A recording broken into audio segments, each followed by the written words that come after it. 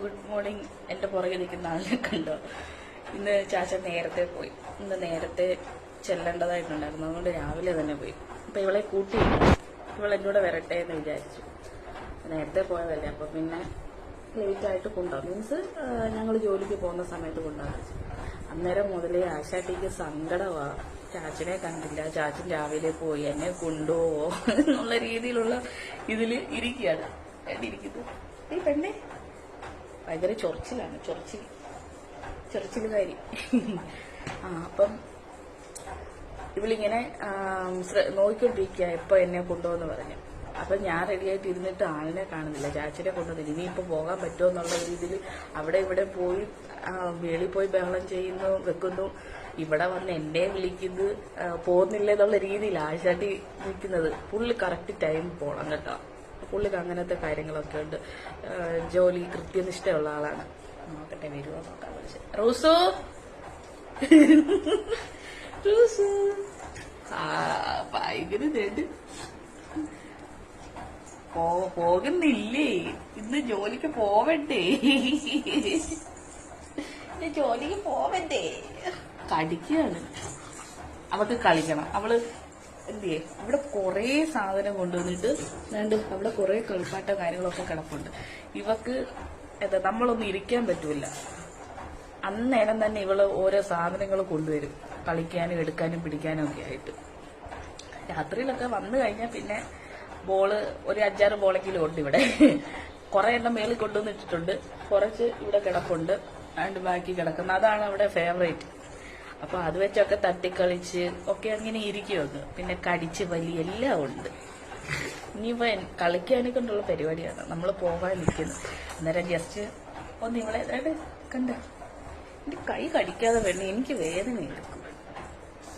സത്യം പറഞ്ഞാൽ വേദന എടുപ്പിക്കത്തില്ല കേട്ടോ. നമ്മള് ദേഷ്യപ്പെടുന്നതല്ല സംസാരിക്കുക, അല്ലെങ്കിൽ ഇവക്ക് ഇങ്ങനെ കളിക്കാൻ ഭയങ്കര താല്പര്യം. പക്ഷെ ഇത് കണ്ട ഇന്നാളെ ഒരു വീഡിയോ ഇട്ട സമയത്ത് ഇവള് കടിക്കോ അങ്ങനെയൊക്കെ ചോദിച്ചു. കടിക്കത്തൊന്നുമില്ല, ഇവക്ക് ദേഷ്യം വന്നാൽ പോലും ഇവൾ അങ്ങനെ കടിച്ചിട്ടില്ല ഇതുവരെയായിട്ടും.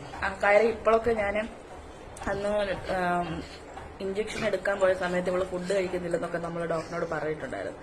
അന്നേരം ഡോക്ടർ പറഞ്ഞ് ഫുഡിനകത്ത് വെജിറ്റബിൾസ് ആഡ് ചെയ്ത് കൊടുക്കാൻ, മത്തൻ, ക്യാരറ്റ് അങ്ങനെ ആഡ് ചെയ്ത് കൊടുക്കാൻ പറഞ്ഞു. അങ്ങനെ കൊടുത്തു കഴിഞ്ഞപ്പോൾ ഇവള് കഴിക്കുന്നില്ലേ. എന്റെ കയ്യിലൊരു മുറിവ്, ചെറിയൊരു മുറിവ് പറ്റിയിട്ടുണ്ട്. അപ്പൊ അതിന് വേണ്ടിയിട്ടാണ് ഇവിടെ കിടന്ന് അതിന്റെ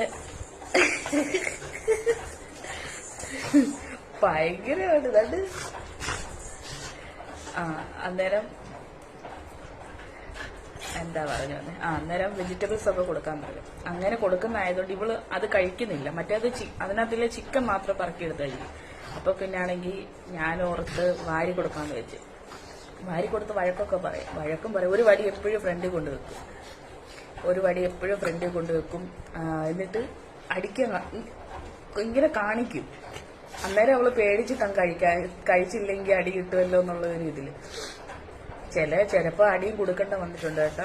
പക്ഷെ നമ്മളായാലും നമ്മുടെ എന്തുവാ മനുഷ്യക്കുഞ്ഞായാലും ഞങ്ങളെയൊക്കെ അമ്മയൊക്കെ പറഞ്ഞേക്കാം. ഞാനും ചേട്ടന് ഫുഡൊന്നും കഴിക്കാറില്ലായിരുന്നു ചെറുപ്പത്തില്. അന്നേരം അമ്മയുടെ അമ്മയൊക്കെ ഉണ്ടായിരുന്നു. അന്നേരം വടിയൊക്കെ എടുത്ത് വെച്ച് വെക്കും, കഴിച്ചില്ലെങ്കിൽ ഓരോ അടിച്ചാണ് ഞങ്ങളെ തീറ്റിച്ചത് നമ്മ പറഞ്ഞിട്ടുണ്ട്. അന്നേരം എനിക്ക് ചില സമയത്ത് തോന്നിയിട്ടുണ്ട് ഞങ്ങള് ചെറുപ്പത്തിൽ കഴിക്കത്തില്ലായിരുന്നല്ലോ, അതുപോലെ ഇവളും അങ്ങനെ തന്നെ. പിന്നെ വടിയൊക്കെ എടുത്ത് വെക്കും. പിന്നെ അങ്ങ് 2 അടിയൊക്കെ കൊടുത്ത് ആദ്യമൊക്കെ കഴിപ്പിക്കും. ഇപ്പം പിന്നെ ഒത്തിരി കുറവുണ്ട് കേട്ടോ. ഇപ്പം വായിക്കകത്ത് തന്നെ ഞാൻ വെച്ചു കൊടുക്കും, നല്ല രീതിക്ക് തന്നെ വായിക്കകത്ത് വെച്ചു കൊടുക്കും. ഫുഡ് ഇപ്പൊ കഴിക്കുന്നുണ്ട്. ഇനിയിപ്പം നമ്മൾ നാട്ടിൽ പോകുന്ന സമയത്തുള്ള കാര്യമാണ്. ഇവളെ കൊണ്ടുവരണമെന്നൊക്കെ ആഗ്രഹം ഉണ്ടായിരുന്നു, പക്ഷെ നടക്കൂല, അറിയത്തില്ല. അപ്പം ഇവിടെ വിട്ടിട്ട് പോവുകയാണെങ്കിൽ നമ്മൾ ചെയ്യും പോലെ ആരും അങ്ങനെ ഫുഡ് വാരിക്കൊടുക്കാനോ ഒന്നും നിൽക്കില്ലല്ലോ. ആദ്യം കുഞ്ഞായിരുന്ന സമയത്ത് ഫുഡ് ഒന്നും കഴിക്കുന്ന സമയത്ത് വേറെ ഒരു അങ്കിൾ ഉണ്ടായിരുന്നു. പുള്ളിക്കാരെ വാരിയൊക്കെ കൊടുത്തിട്ടുണ്ടെന്ന് ചാച്ച പറഞ്ഞു കേട്ടിട്ടുണ്ട്. ഞാൻ നാട്ടിലായിരുന്ന സമയത്ത്, അമ്മയ്ക്ക് വയ്യാതിരുന്ന സമയത്ത് ഞാൻ നാട്ടിൽ ആദ്യം പോയി. പിന്നീടാണ് പുറകാല ചാച്ചൻ വന്നത്. അന്നേരം ഇവള് ഫുഡൊക്കെ കഴിക്കുന്നത് വാരി കൊടുക്കായിരുന്നു, കഥകളൊക്കെ പറഞ്ഞെന്നൊക്കെ. ഇപ്പോഴായാലും നമ്മൾ അങ്ങനെ കൊടുക്കുമ്പോൾ ഇവള് കഴിക്കുന്നുണ്ട്. ഇനിയിപ്പം വന്നു കഴിഞ്ഞിട്ട് എങ്ങനെയാണെന്ന് അറിയത്തില്ല. ഇവക്കിനി മത്തനും ക്യാരറ്റ് പച്ചയ്ക്ക് കൊടുത്താൽ തിന്നോളും. പക്ഷെ ഇവക്ക് വെന്ത് കൊടുത്തു കഴിഞ്ഞാൽ ഇവള് കഴിക്കാൻ ഒത്തിരി മടി കാണിക്കും. പച്ചക്കാണെങ്കിൽ ഒരെണ്ണം വരെയൊക്കെ തിന്നും. അത് അവിടെ മൂട് പോലിരിക്കും. ചിലപ്പം ഒന്നിന്റെ പകുതി, ചിലപ്പോൾ ഒരെണ്ണം, അങ്ങനെയൊക്കെ ഞാൻ കഴിച്ചു. അങ്ങനെ ഇരിക്കുന്നു. അപ്പം ഞങ്ങളെന്നാ പോട്ടെ. അപ്പം ടാറ്റ. റൂസോ ഇവിടെ ടാറ്റ കൊടുക്കണം. ടാറ്റ. ഡ്യൂട്ടിക്ക് പോകണമെന്ന് പറ. എല്ലാ അച്ചാച്ചന്മാരോട് ആന്റിമാരോട് ഡ്യൂട്ടിക്ക് പോകുന്നു.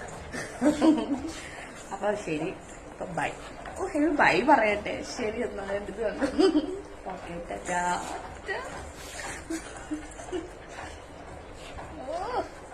അപ്പൊ ശരി.